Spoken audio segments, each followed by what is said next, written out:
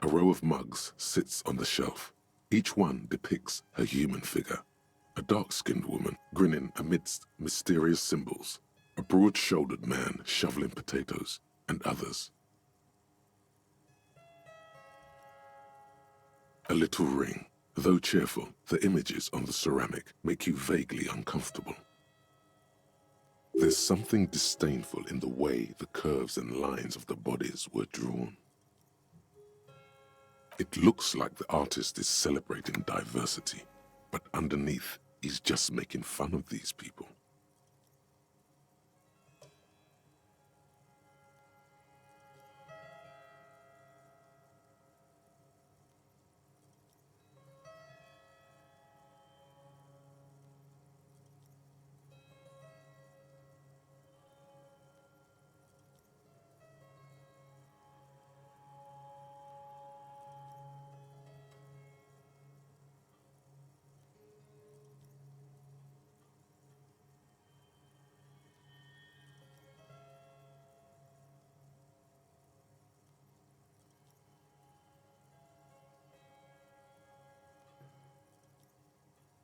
You ain't gonna change someone's mind by calling them a bastard. The lieutenant picks up one of the mugs, then puts it back down with a look of disdain. I'm beginning to feel better about breaking into this man's apartment. Yes, your broken mug friend would feel very much at home here. The same humor, the same mocking lines. There's the missing tin soldier. Whoever lives here might have used the Whirling's container to dump his trash. And now they've drawn the ire of the Union. The plot thickens, as they say. An interesting little clue. Let's see where this goes. Clues have a way of magically connecting to other clues down the road. Who knows? I'm not expecting too much from this clothes in the trash lead either way. It might turn out to be some random local matter, but still, a nice coincidence. You could ask Everard who this person is once you're done here.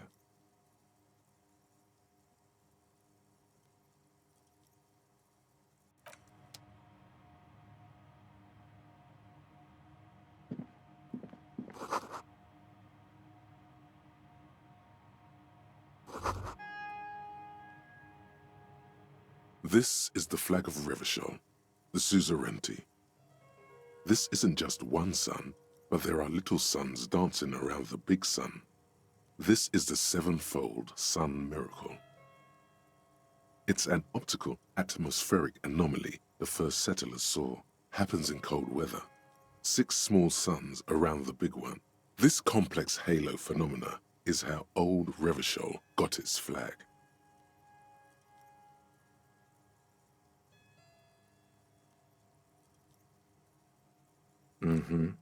The tenant is an old-fashioned guy. By old-fashioned, he means very right-wing. The flag doesn't seem to mind. It's just a colorful fabric with a sun sewn onto it. Like all feudal flags, it looks like a children's drawing.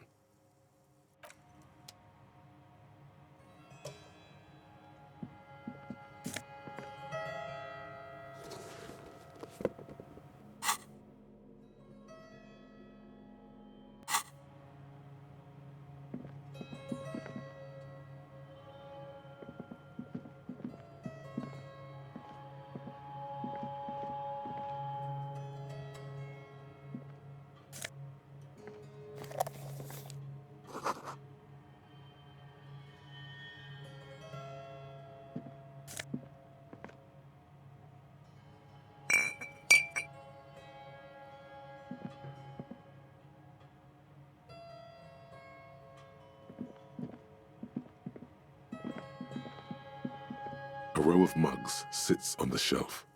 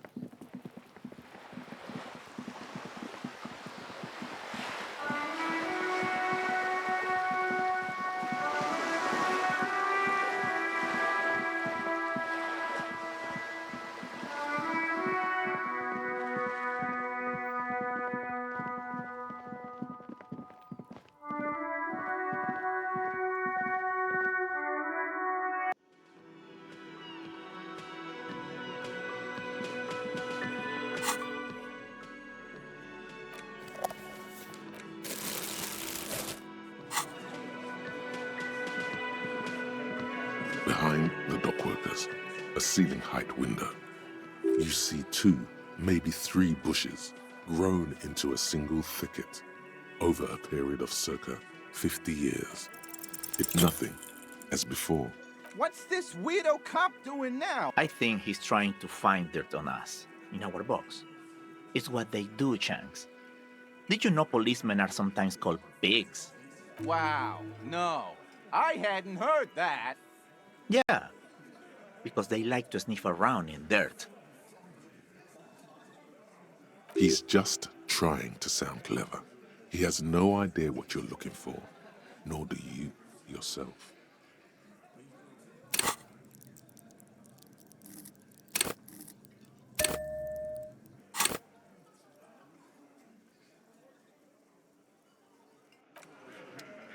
Behind the dock, you see 2, maybe 3 bushes grown.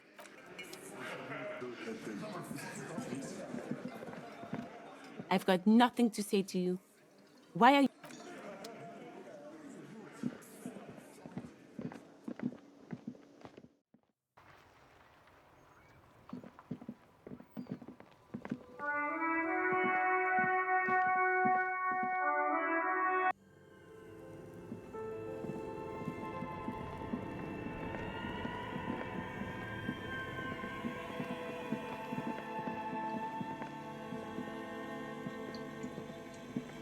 The bear's eyes are still glowing red.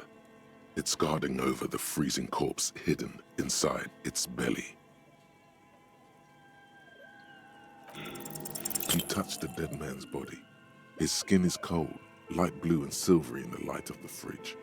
You still have no... It'll come to you sooner or later. At least he's safe here until then.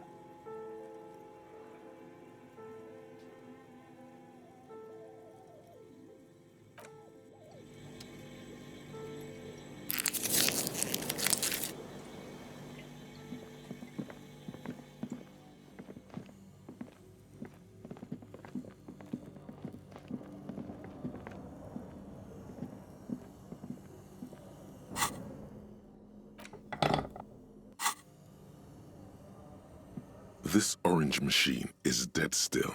It has a hand-cranked ice cream churn.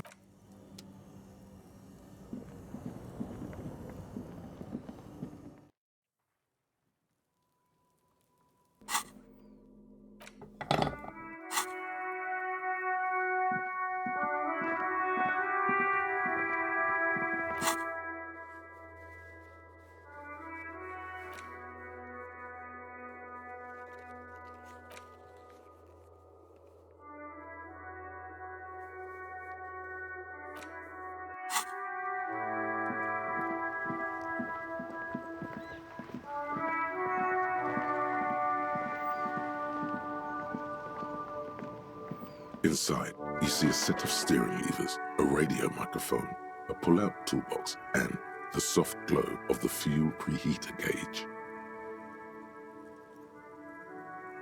This is Precinct 57. How may I assist you? Still no word, I'm afraid, sir. I know it must be frustrating. Was there 57th over and out? In the cabin, you see a...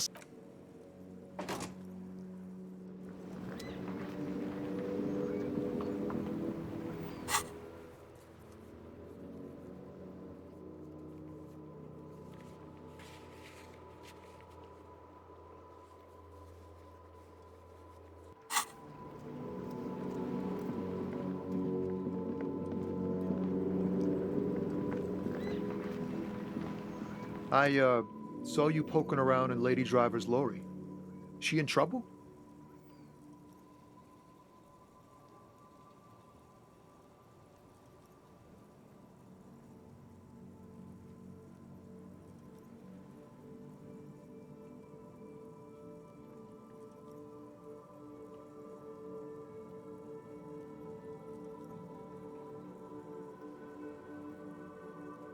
It's that bad. Man, what should I do? What should I do to help her?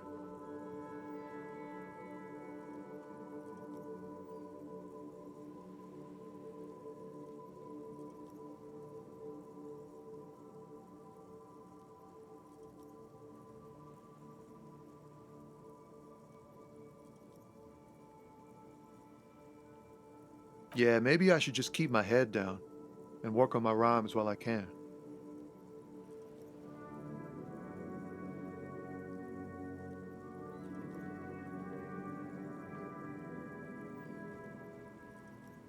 Oh, you know, Tommy Leham's gonna be a musician. Sprechgesang, but with beats. I've got a lot of free time on the road to hone my craft. The correct grammar is Tommy Lahom. Tommy Lam was taken. My real name's Jerry Lafitte. Tommy's way better.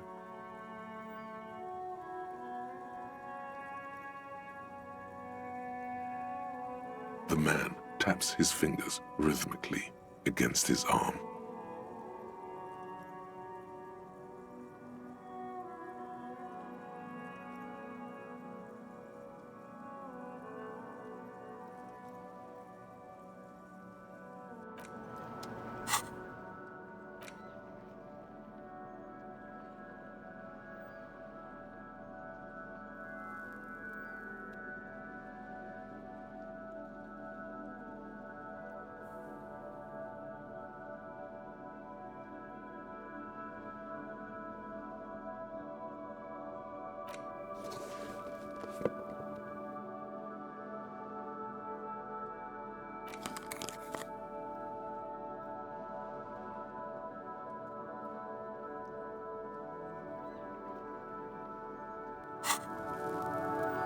Now it's turning into a kind of a snow limbo, man.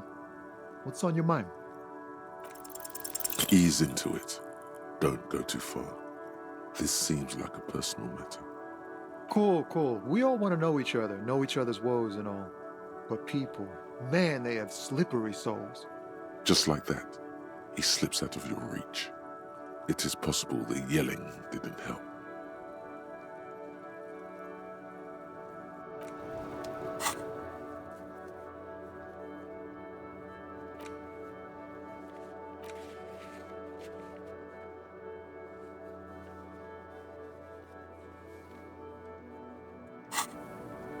Now it's turning into a kind of a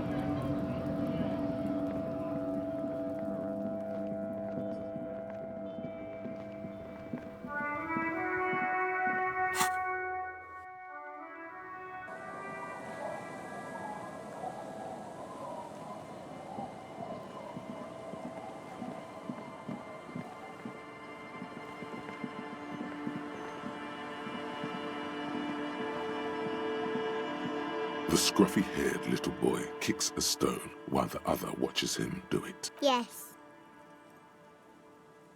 Yes.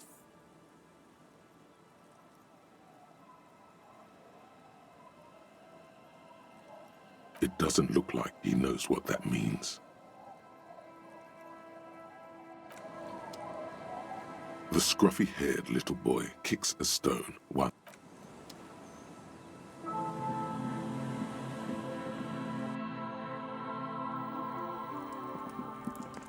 Hello, mister. Bye.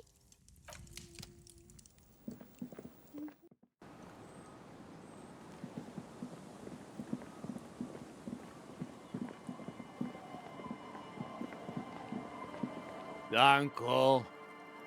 Uncle. There's no waking him from his stoop.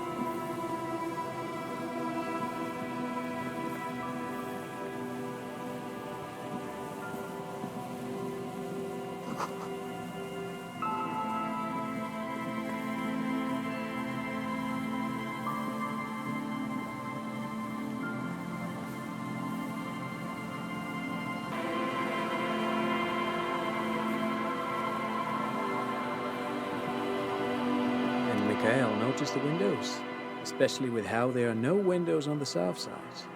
This was to deal with.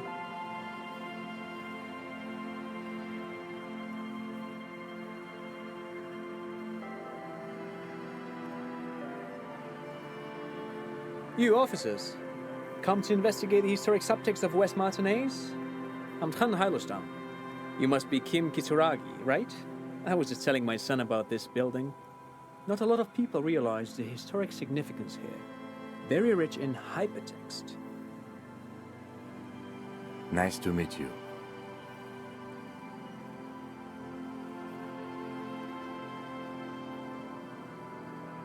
Yes, hypertext.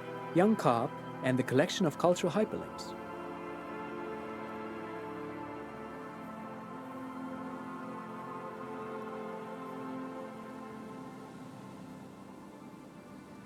Oh yes, so Mikhail. They had to deal with monitor glare, especially in the summer. They still had vector monitors back then. That was 49 years ago. So they didn't have windows on the south wall.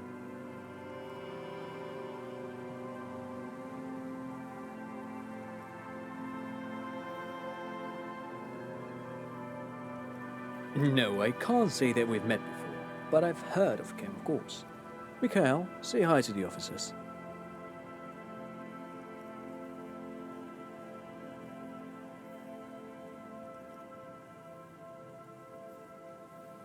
Mikhail's a little tired today. We spent all night trying to run Orbis on his radio computer. Have you heard of it? It's a programming language used in Grad. Quite tricky, but he wanted to play this Grad-made adventure program. We've been getting really into verbs lately.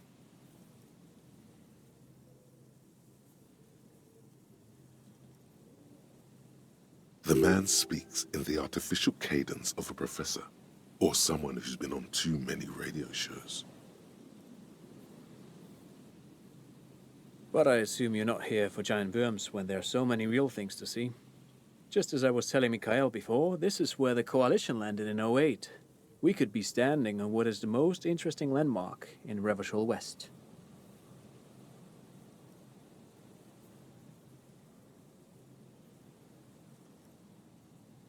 Wow, get a load of this guy. He really enjoys his trivia. The Orbis programming language was named after its inventor, Victor Orbis, a cybernetician from Grad. They run Vox in the Occidental countries.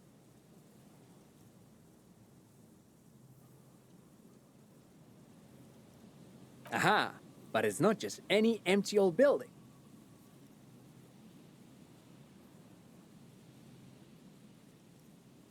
What not a lot of people know is this used to be the R&D department of Felt Electrical, and Felt, which now sells ink cartridges mostly, was once a top dog in the turn-of-the-century cybernetics boom.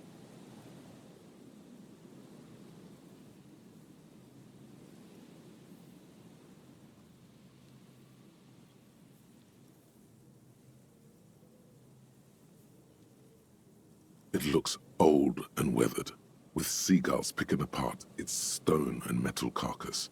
Bushy undergrowth has taken hold of the collapsed rooftop. Some kind of bird has set up a nest on a broken windowsill. That's not surprising. Only a vestigial ink cartridge and ferrotape manufacturer remains. They started out as a midway electronics outfit in Königstein 2 centuries ago.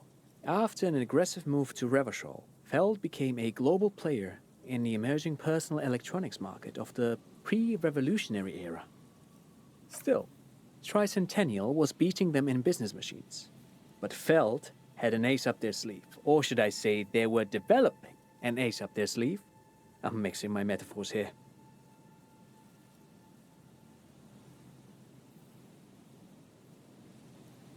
It was here in Martinez, possibly in this very building, that they developed prototypes for a tape computer. An elegant folding mechanism of rollers and ferrotape ribbons, portable enough to be a take-it-home solution, revolutionizing business machines, possibly even bring them to the average consumer. Which is a feat of engineering even today's giants, Rehm, ICN and ZAM, haven't achieved yet. He assumes something like a combat stance, facing the wind. Indeed. What? The revolution! Unfortunately, their moonshot project never made it to the market. Feld's move to Revachol backfired. The revolutionary government liquefied their assets and expropriated those very advanced prototypes, possibly from this very building, or one of the adjacent ruins. All of this was built by Feld, even the boardwalk. Wild Pines built Martinez proper as a resort for their middle management. Feld built this side of town for R&D.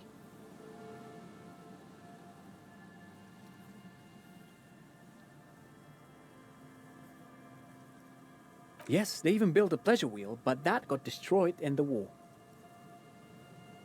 A pleasure wheel? Perhaps reminded of a childhood memory. It's clear he would prefer there were a big wheel lighting up the coast. Yes, to lure in their star engineers. This part of Martinez was nothing but reeds before Feld arrived. They had to make the prospect of living here attractive. It was supposed to become a global center for innovation in cybernetics. But history had other plans. Oh, I'm afraid it didn't end well for the boys. But this story is a bit too dark for little Mikhail here. Now, if you were to ask about tape computers... Wait, is he saying that we should just bypass the excesses of the revolution?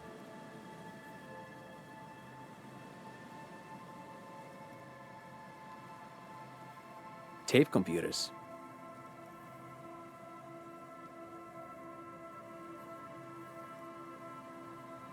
They used them for military communications, but also to write and send out press releases, the most notorious example being Le Décret de Mars.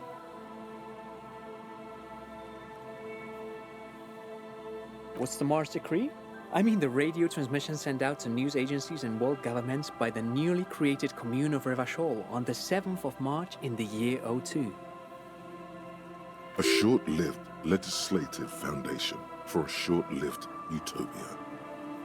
It's a beautiful piece of text, actually. A singer-songwriter I know, Charette, called it a love poem to Revachol on her political concept album, Bon Baiser dans le Lind.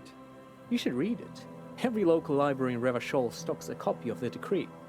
I tried to get Mikhail to memorize it. Tried to. Someone was much too interested in worms to be paying any attention. The kid takes a peek at the green and silver worm on the cover of the book, already forgetting about this part of the discussion.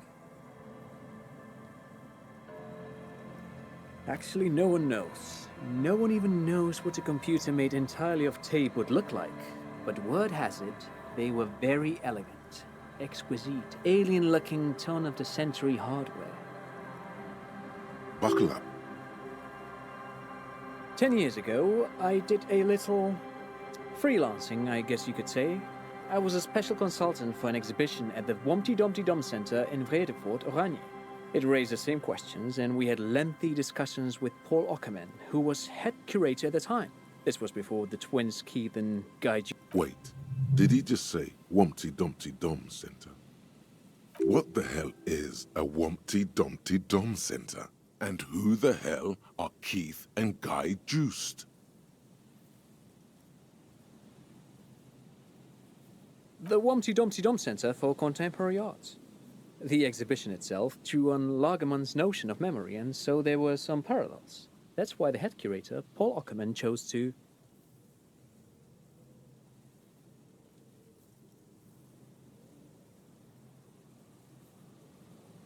In fact, I'm not. The Wompty Dumpty Dum Center is a place you can visit if you're ever in Vredefort and are ever in the market for an exhibition space / contemporary art research center. But perhaps I should return to the tape computers. As I was saying, the device itself was very elegant, fragile even. One could write directly on the tape using a special chemical solution. The machine would then analyze the handwriting, perform operations, and project output onto a white screen. It was a beautiful, delicate thing. Made of black film and folding tape structures.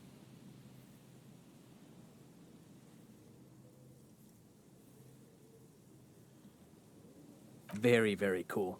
Though I understand the socio-economic causes of the revolution, it pains me to imagine the revolutionaries setting fire to this precious device. But so they did. The felt playback experiment vanished into the fires of '07. Yes, the official name of the prototype. Some sources report it as the Felt Playback Experience, but those are incorrect. Who knows? Maybe it was an accident, or maybe they didn't want the technology to end up in the wrong hands. Either way, they're all gone now. All 3 versions of the prototype. Nothing but debris and ashes remain inside that building. But of course, what else?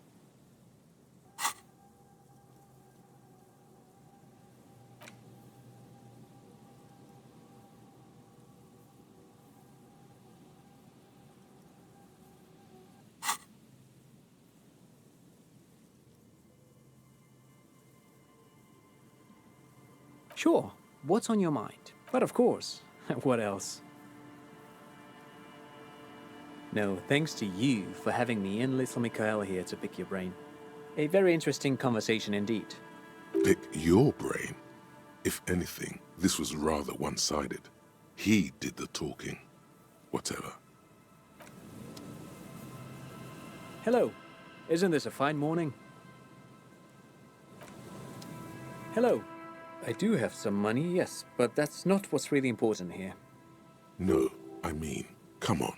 You need the money. If it's not a thing, he can give you some. Of course, Detective. I wouldn't have assumed anything else. Matter of fact, I don't know if you're familiar with this, but the Vespertine Department of Justice has published a rather interesting paper on the criminal profiling in former socialist states. Have you read it? If not, then you definitely should. If not for tips and tricks, then just for theoretical curiosity. Anyway, that's just a little something that sprang to mind. You were saying? Forget it. They don't sell those kind of books at crime, romance, and biographies of famous people.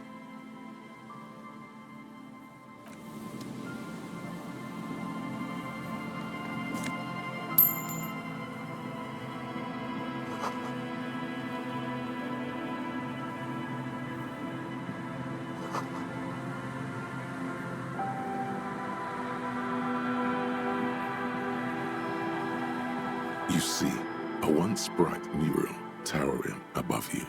The signage has peeled off over the years, but you can still make out Feld Electrical R&D.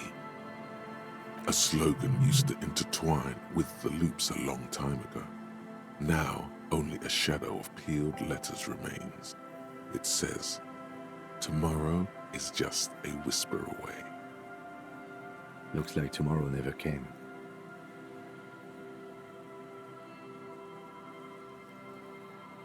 Looks like tomorrow never came.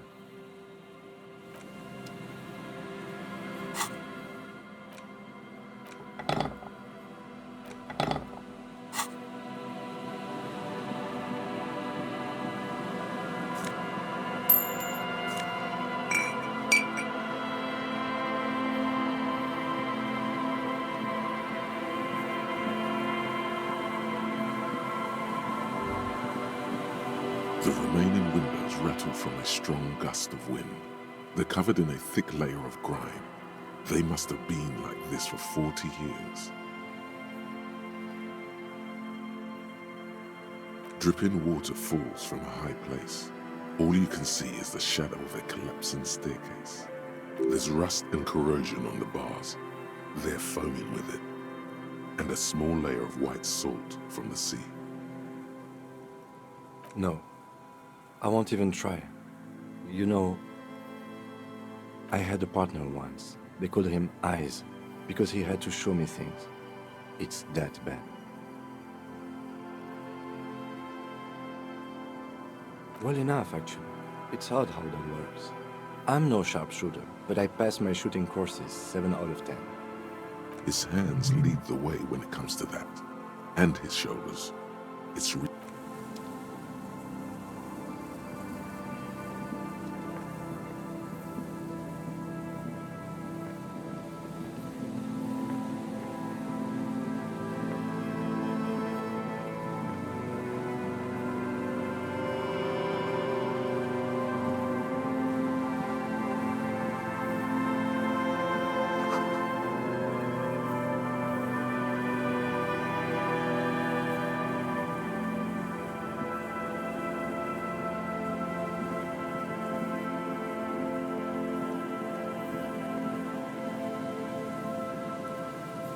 a metal payphone under a yellow plastic dome.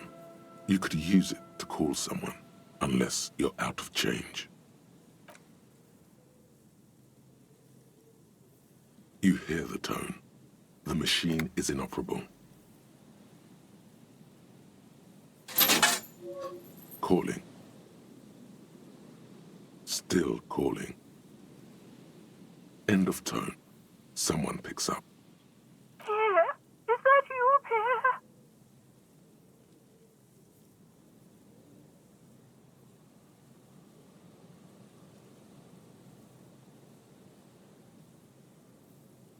Do you have any news about Pierre? He's my sister's grandson. He used to visit me as a lad. Fine young man. But who are you, then? A salesman of some sort? Modern goods are rubbish, and I can't afford them anyhow. It's a shame what you did to our country.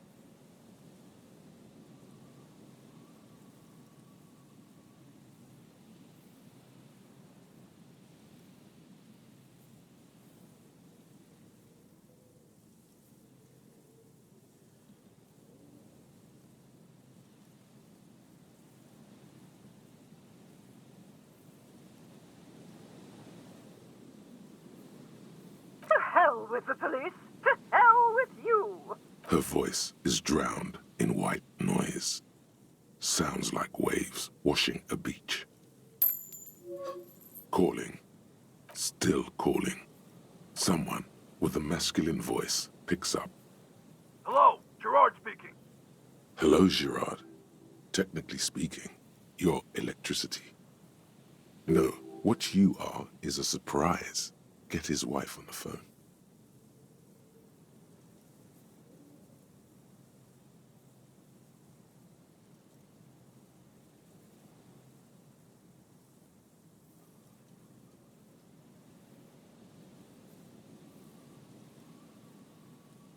know. But I got a feeling I'll kick your ass is gonna make an appearance if you ever call this number again. Have a good one, asshole. Phone hanging up. Disconnect tone. Calling. Calling. Calling. Still calling. Still calling. Stop calling me, man. I'll get you your money, alright? I just need till tonight. Let me work.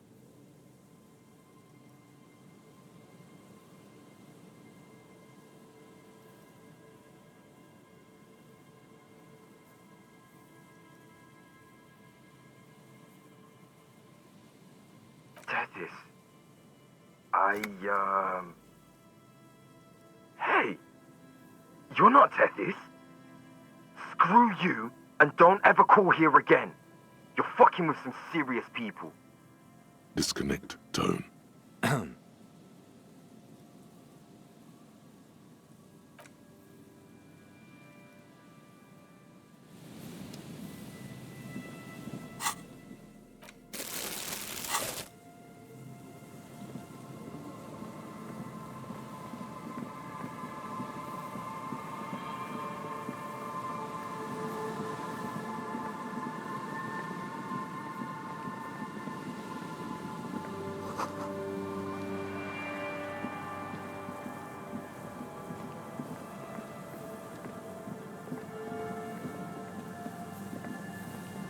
Someone has left an unidentifiable article of clothing on this railing. It smells really bad. It's streaked with dried seagull shit and tangled with pieces of seaweed. A dangling arm suggests that there might be a jacket beneath the crust of filth. It seems likely that it was left in the surf until someone laid it out on this fence to dry out. Unfortunately, that just seems to have stiffened it into a shapeless mass. Please tell me you're not taking that with you. It's a guano-encrusted jacket, and you're already carrying around enough as it is.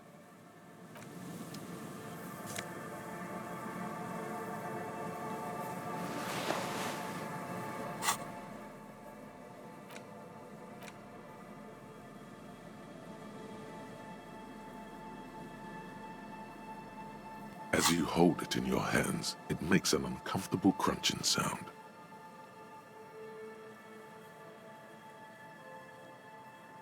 It's a sordid, filthy tale, not for the weak. Are you sure you can stomach it? Some secrets are better left uncovered. Don't even try. Seriously. It occurs to you that you're not even holding the jacket itself, but rather the thick crust of jetsam and seagull shit that ensconces it. It smells like a dead sea creature, tangled in grey strands of seaweed. It must have spent quite some time in the water before the tide deposited it ashore. Somehow, it was carried or dragged to the boardwalk. If not by human hands, then perhaps the feral dogs that prowl the beaches at night. The faint impressions of many footprints are also present, though it's impossible to tell what kind or how many. Suffice to say, the jacket spent some time on the ground before someone draped it over the railing. The crust is hard. This jacket spent at least a day baking in the sun.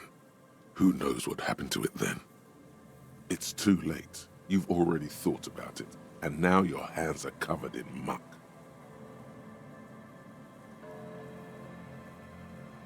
What? No. Then it'll just be on your pants. This is a disaster. You'll never get the smell out.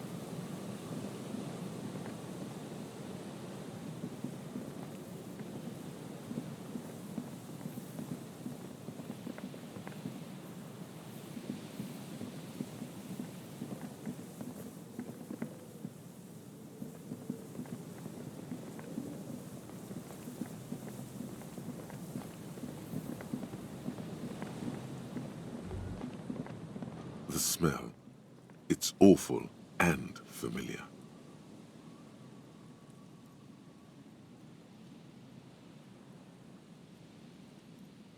It doesn't help. You can still smell it. Don't be naive. Don't you recognize it? That hideous pungency, that faintly cloying sweetness. Only death smells like that. Something cold wakes in the pit of your stomach. Fear. The signs of decaying meat. It announces itself from 24 meters away. A warning, a memento mori. The lieutenant has already brought a handkerchief to his nose.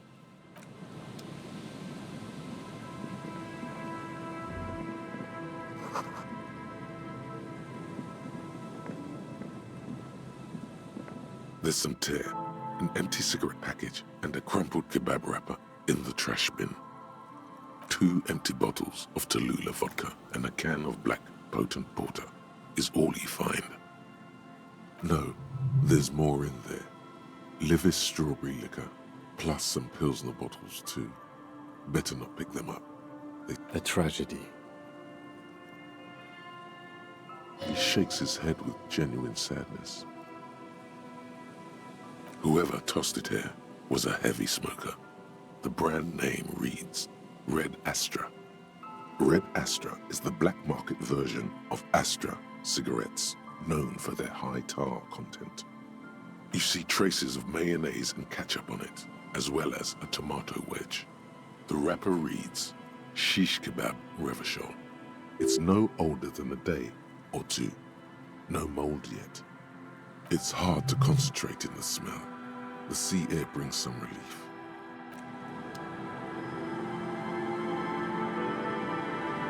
A man lies on the boardwalk, his limbs bent and neck turned at an unnatural angle. Right next to him is an empty bottle of spirits. In his cramped hand, a chewing gum wrapper. The smell is not as bad as a 2-week-old corpse, but it's definitely heading there. Hold on.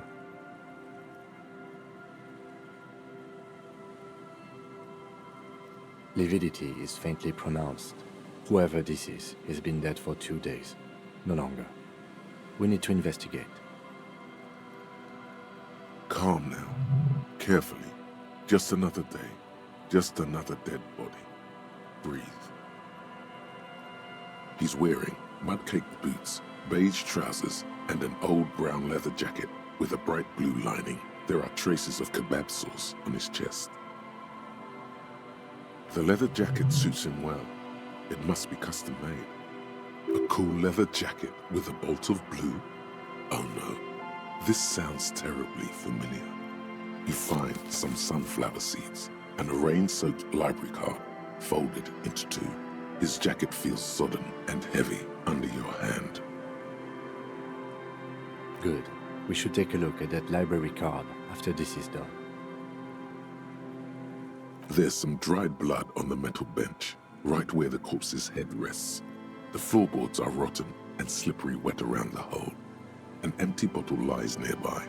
A chewing gum wrapper is clutched in his fist. Be very, very careful where you step here.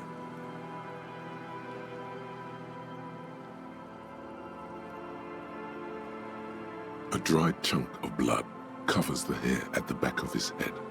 An open wound. It's sticky and cold to your touch. This is what killed him. I don't see any other major wounds, do you?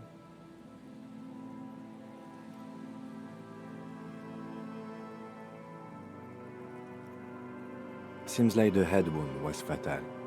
It's exactly the shape of the bench. A .75-liter Tallulah vodka with its cap missing. There's hardly anything left inside. Tear all around us. I'd prefer if you didn't collect them this time. It's not proper. Grabowski spearmint chewing gum. Green leaves on the cover. The man's mouth is half agape from the terror of the fall. The blackness of death. Stench. You think you see white chewing gum too. Confirmed. Nearly the whole pack is there. Solidified on his lower rear teeth. He ate the whole pack, right? It's to cover the smell of alcohol before going home. I've seen it before. Almost the same scenario. Even the chewing gum. It's always the same. They screech under your feet ominously. It's hard to say whether the dead man's weight was the cause of the boardwalk to break. It definitely looks fragile. You see waves churning below. Something cracks beneath your feet. He could have easily disappeared into the sea through that hole, and you would have never found him.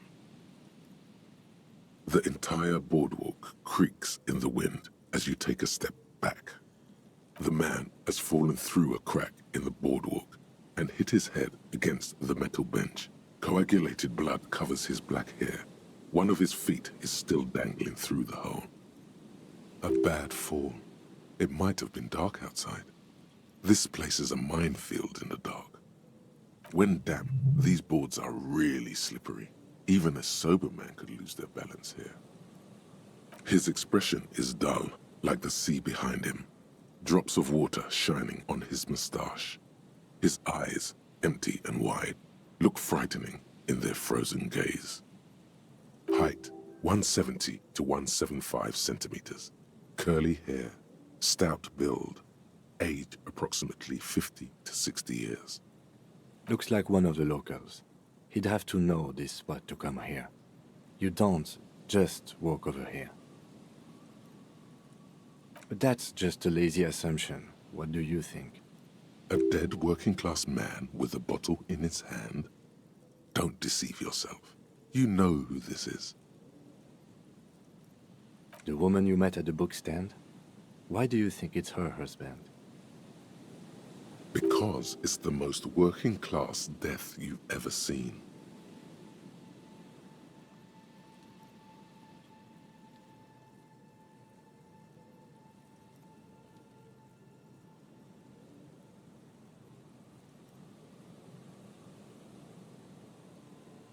The bright blue lining? Well, he's definitely someone's husband. Death by misadventure. He slipped and fell through the boardwalk. A truly unfortunate accident. If it wouldn't have been for that bench, he'd be alive.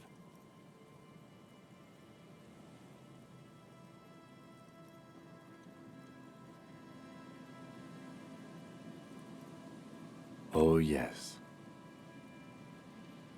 Some symptoms of acute alcohol poisoning could have definitely played a role here. Severe confusion, respiratory depression, unpredictable behavior. But I think that death arrived through head trauma, not liver failure. What about it? The deceased ate some kebab. It's probably from a nearby place, maybe in the box. Sometimes a kebab is just a kebab.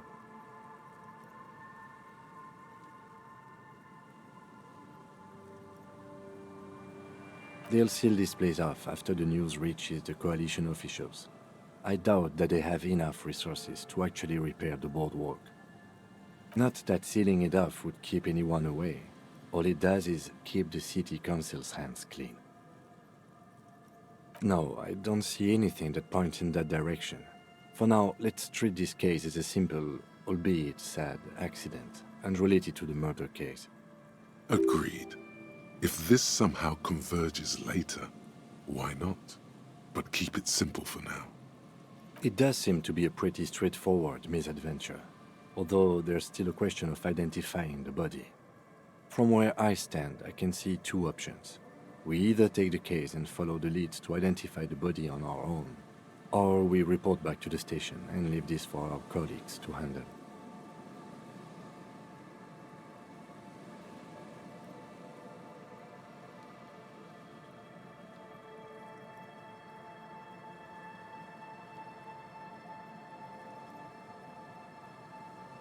Alright, we should first examine the library card you found. Then we can call the station from my kinema. Let them know we are taking the case.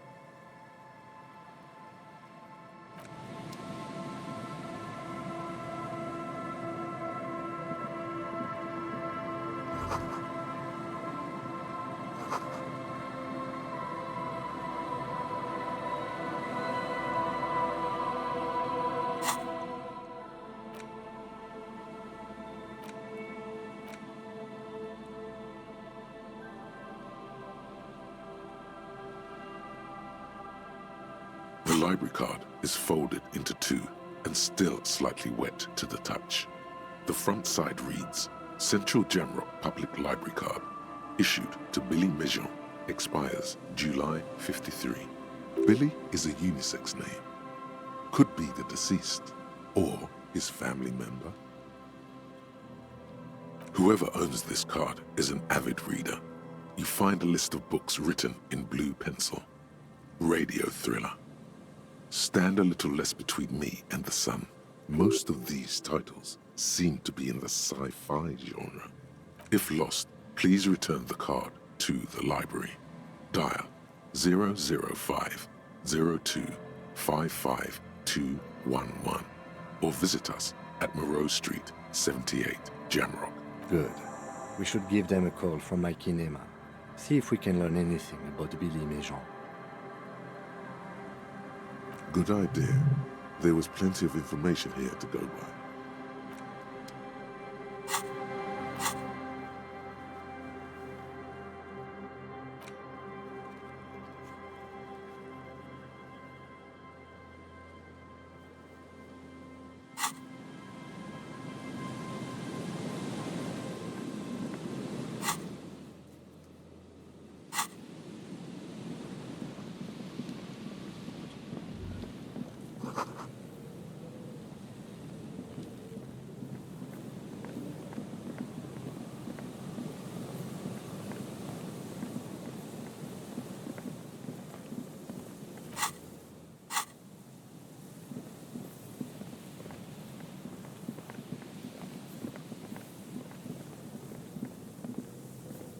You pick up the handset.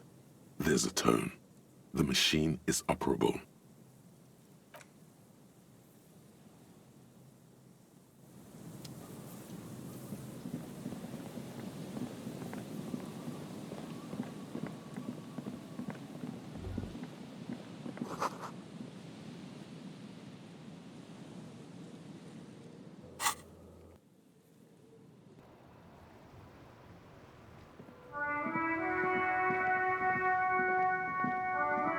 Inside, you see a set of steering levers, a radio microphone. This is Precinct 57. How may I assist you? One moment. Can you please describe the body? Age, sex, cause of death? We suspect he might have been inebriated when he fell. There were bottles all around him and traces of vomit on his shirt. Any signs of violence? No field autopsy necessary. You can hear her quickly typing in the background. What about his belongings? Did you examine his clothes? Any information on the library card? Good. You have a lead. Do you and Lieutenant Kitsuragi want to take the case, or should I assign it to someone else? I have assigned the case to Lieutenant Kim Kitsuragi. Please follow up on this library lead to identify the man. We'll send someone to take the body to the morgue. That's all for now. Thank you for reporting in. Is there anything else I can do for you? Hold on, officer.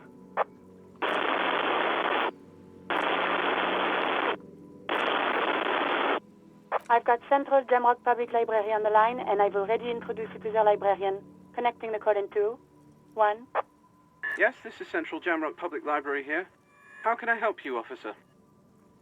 He sounds worried, yet ready to assist. This is how people get when the police call. Billy Majon, you said. Give me a moment, I'll have to check our database.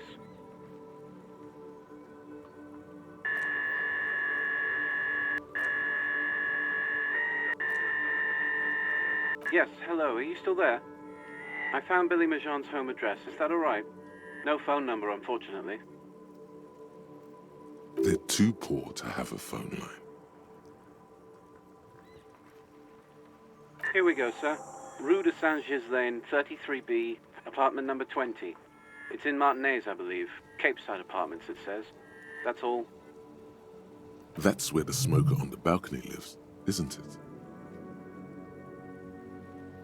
It says here that they returned their last book just a few days ago, but I wasn't at work that day. Marie? Marie? Do you remember a reader named Billy Majon? They returned a Tybalt book the other day. Maurice, what? A woman yells. Then, yes, okay. If it was the police, she starts explaining something. Yes, it was my colleague Marie. She said that it was Billy's husband who returned the book. He also asked for this new sci-fi release, Lowe's Radio City 87, but we don't have it yet. Good. You have a name now.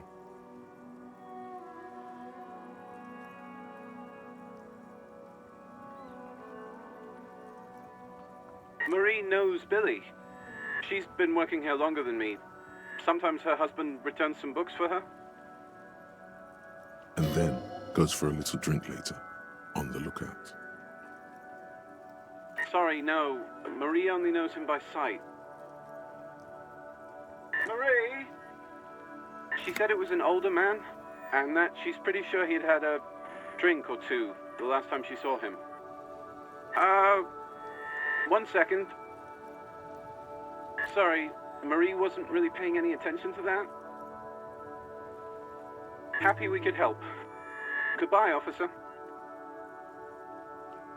Anything else you need from me? Still no word, I'm afraid, sir. I know it must be frustrating. 57th, over and out. In the cabin, you see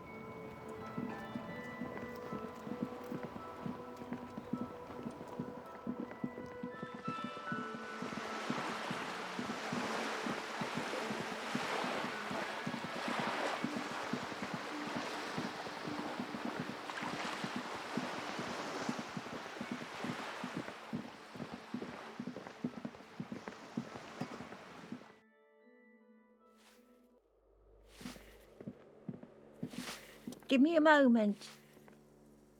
It's about Victor, isn't it? It's always about Victor with her. You'll find the Maisons in apartment 20 upstairs. It's one of those doors on the balcony.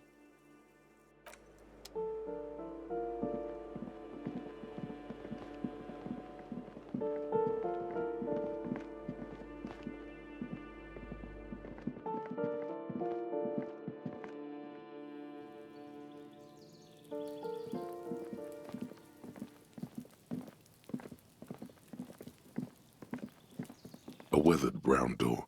The number reads 20. Something smells good. Soup à l'oignon. The lieutenant motions to you to go ahead and knock. You're right. Let's talk this through. You hear some light footsteps and what appears to be a daily weather forecast playing on the radio. We have our first preliminary identification. In all likelihood, the deceased is the husband of Billy Maison. We need to confirm this, as well as deliver the death notification to Billy herself. Now, delivering a death notification is never an easy task. There's a reason why it's often called the most stressful part of our job. This is why it's usually done in pairs. You got this. I'll be monitoring reactions, ready to act if necessary.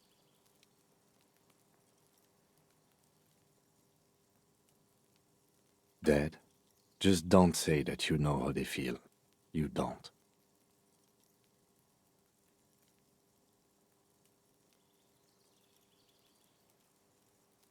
The lieutenant motions towards the door. Hello? Who is it? And someone turns down the radio. He gives you a short, encouraging nod. The police. A moment, please give us a moment. Tidying up, nervously. Come in, the door is open.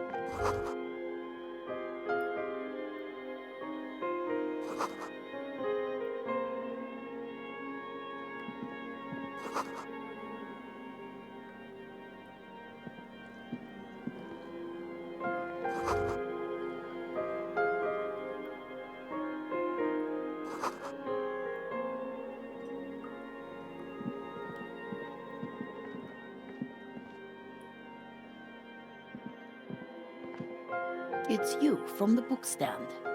Did you come to bring my cockatoo back? I don't think I introduced myself properly. I'm Billy. Would you like something to drink? Tea? Lemonade? We're out. The lieutenant has taken off his foggy glasses and is busy cleaning them in his handkerchief for now. You're on your own here. Condensation from stepping inside.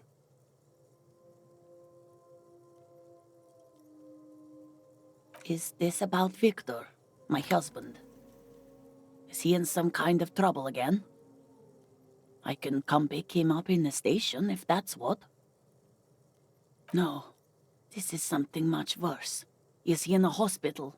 How bad is it? How about some small talk before you break the news?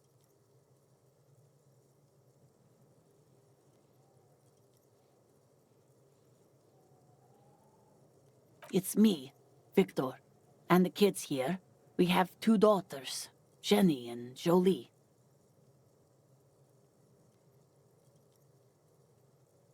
Jolie is 16 and Jenny is turning 18 next month. The girls are staying at their friend's place tonight. And Victor is out. She swallows visibly. No. Vi, do you have any news?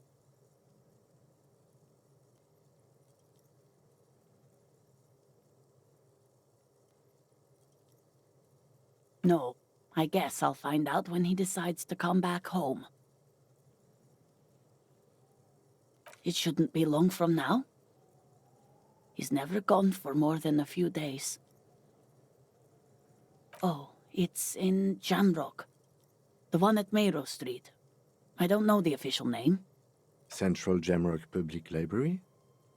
I think, yes, if that's the one on Mayrow. It is. Just to return a book of mine. Why? Why all those questions, Detective? Did he...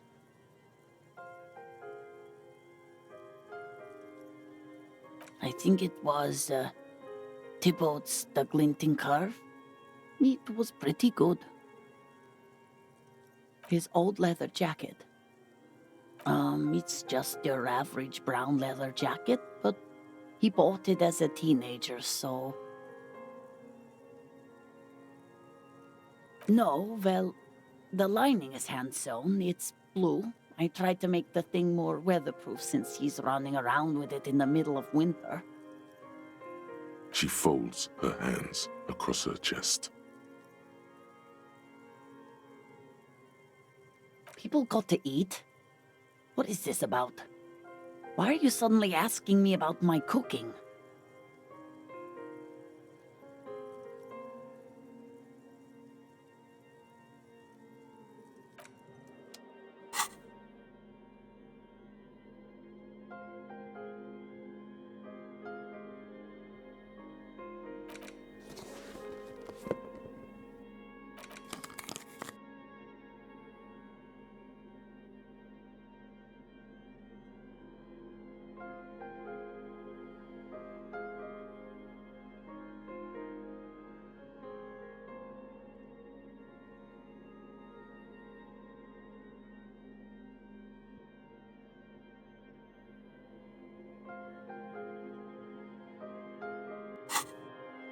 She looks up, too anxious to say anything.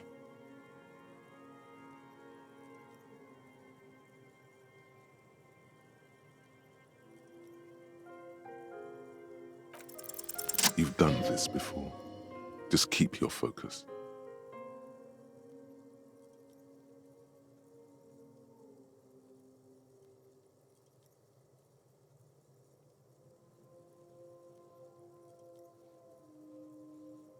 Yes, that's the most important thing. Use that word. No euphemisms. This is what you came here for. What did you say?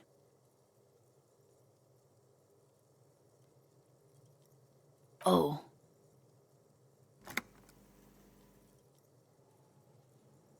Oh. But he was just... But he was just here, alive. We understand this comes as a huge shock. I want you to know that me and my partner are here for you if you have any questions. Take your time, ma'am. What happened to him?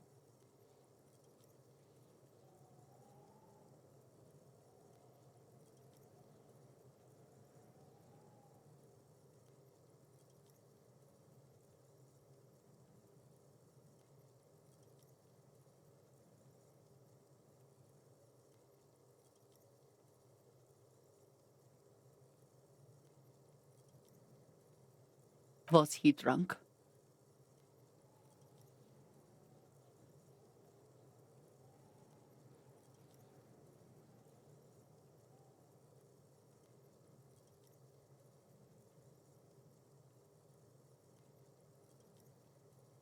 I see. And you just found him there, lying in the cold. How long had he been there? If you say 2 days maybe, it will be etched in her mind forever.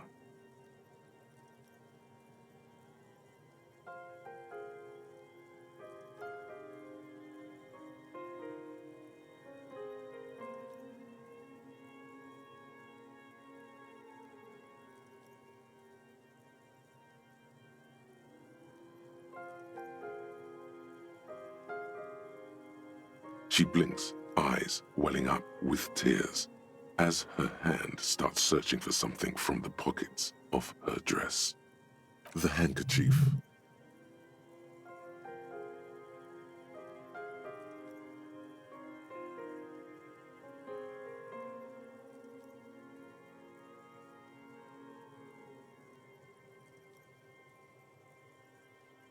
Yes, thank you. Is there anyone we could call for you? A friend, a family member, someone who could be here for you? No, no. I just need to tell my girls. Unreal. God, should I call them? Should I tell them to come home? No. A day.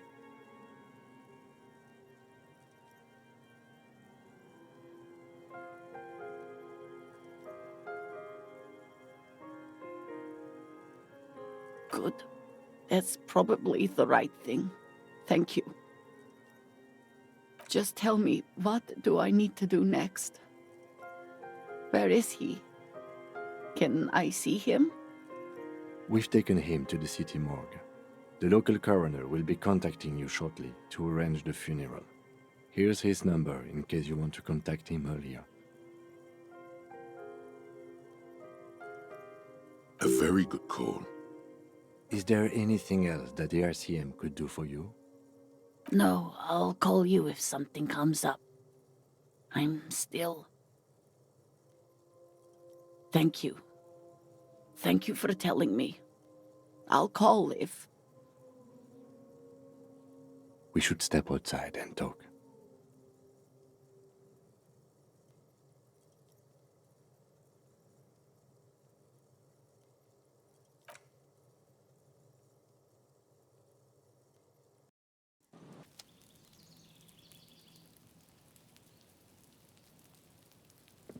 You did well.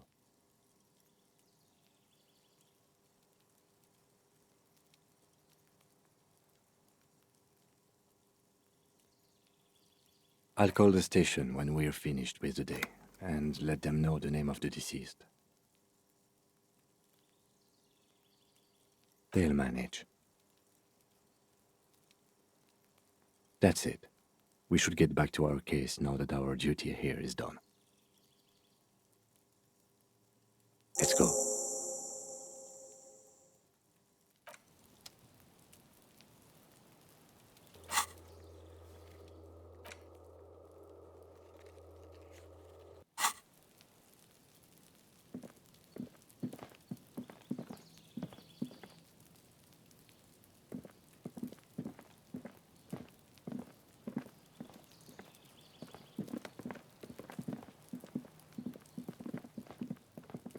This door is made of metal. No one answers.